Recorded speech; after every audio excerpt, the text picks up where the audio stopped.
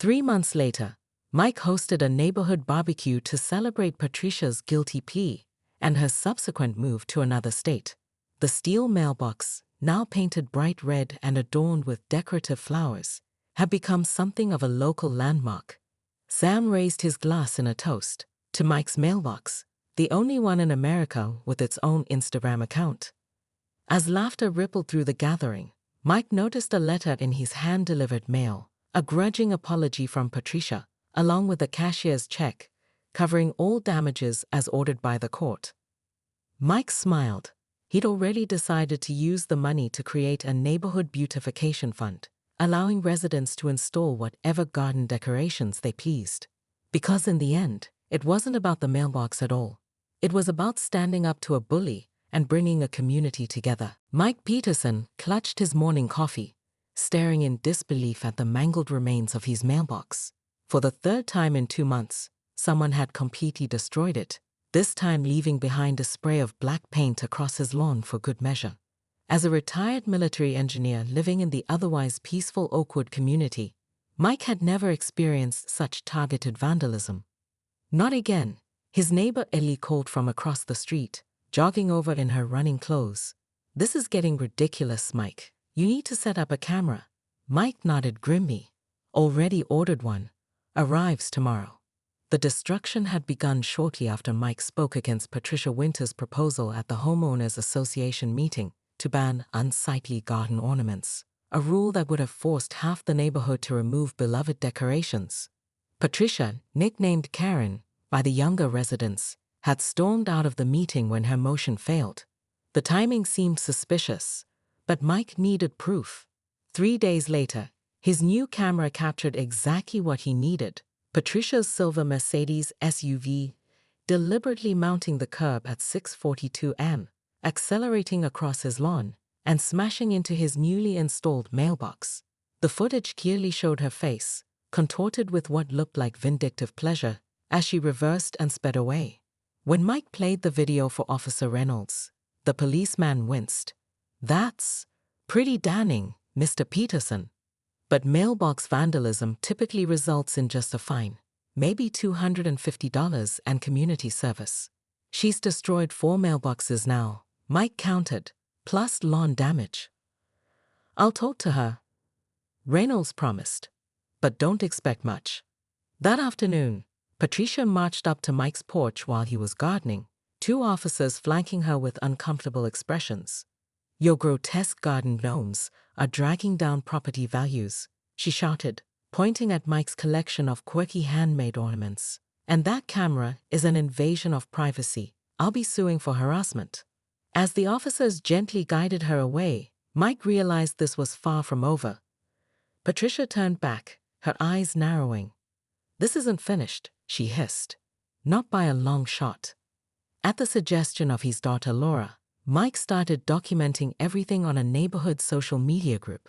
He posted the video of Patricia destroying his mailbox, plus photos of each incident and damage costs. The post exploded with comments from neighbors sharing similar experiences with Patricia, from complaints about children's birthday decorations to threats over Halloween displays. Mike installed his 5th mailbox, this one surrounded by reflective garden stakes and motion-activated lights, and waited. He didn't have to wait long. 3 days later, at 5:30 am, Mike was awakened by a tremendous crash. His security app showed Patricia had outdone herself. She brought a passenger who leaned out the window with a baseball bat, pulverizing not just the mailbox, but also smashing through Mike's front window. "This is criminal vandalism now," Officer Reynolds said when he arrived, surveying the broken glass. "That's a felony charge." Patricia was arrested later that day, but released on bail within hours. By evening, she'd hired Xavier Thornton, the most aggressive attorney in the county, known for turning victims into villains in court. The next morning, Mike found a cease and desist letter in his damaged mailbox, claiming his harassing documentation and illegal surveillance were causing Patricia severe emotional distress.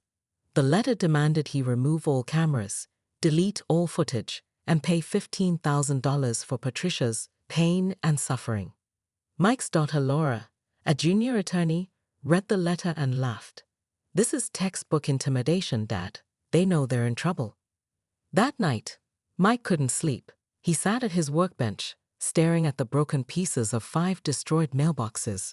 As a military engineer who had designed structures to withstand IED blasts in combat zones, he suddenly realized he'd been thinking about this all wrong. If you want to stop a tank, he murmured to himself, recalling his old commanding officer's words, you don't build a better sandbag wall.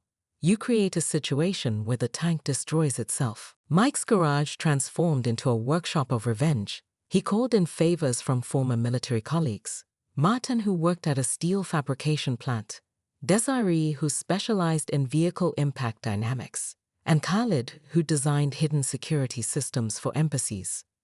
This is the most over-engineered mailbox in human history. Martin laughed as they worked, welding a hidden steel frame that could withstand a direct hit from a vehicle at 45 miles per hour. The design was ingenious in its simplicity.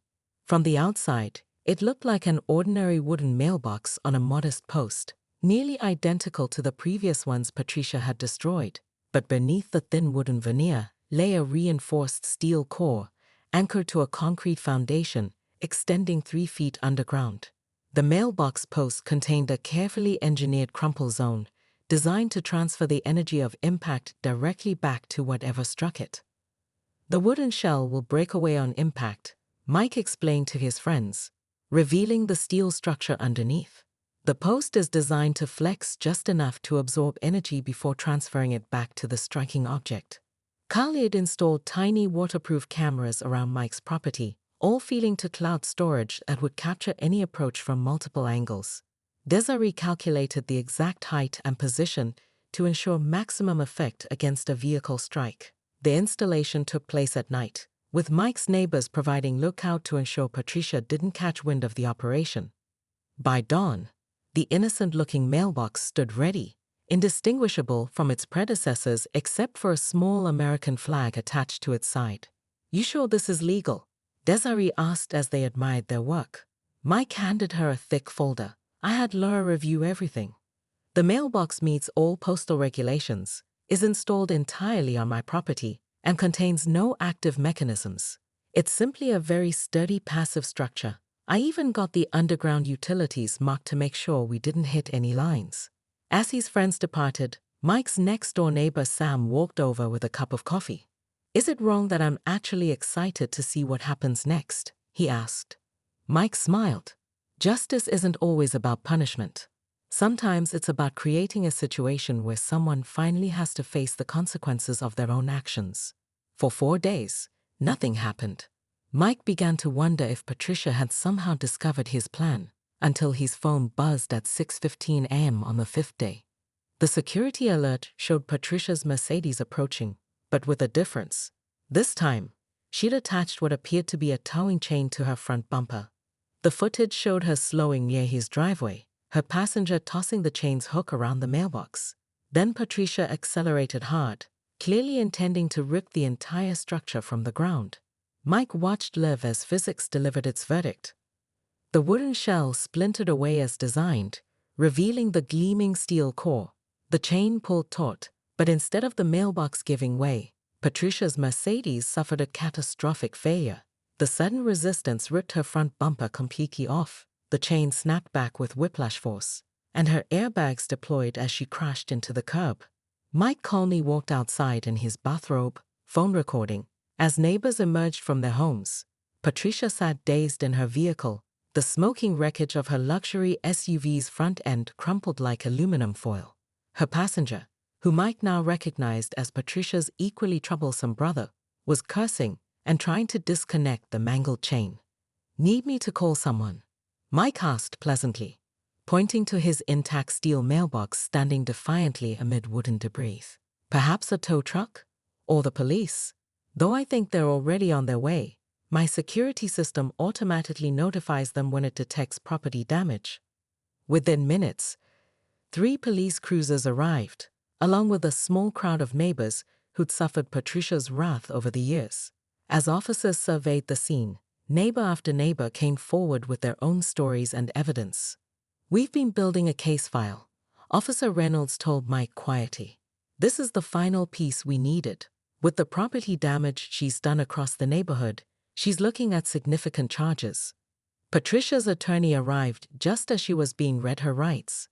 His confident swagger faltered as Mike's daughter Laura approached with a thick binder of documentation and multiple camera angles of the incident.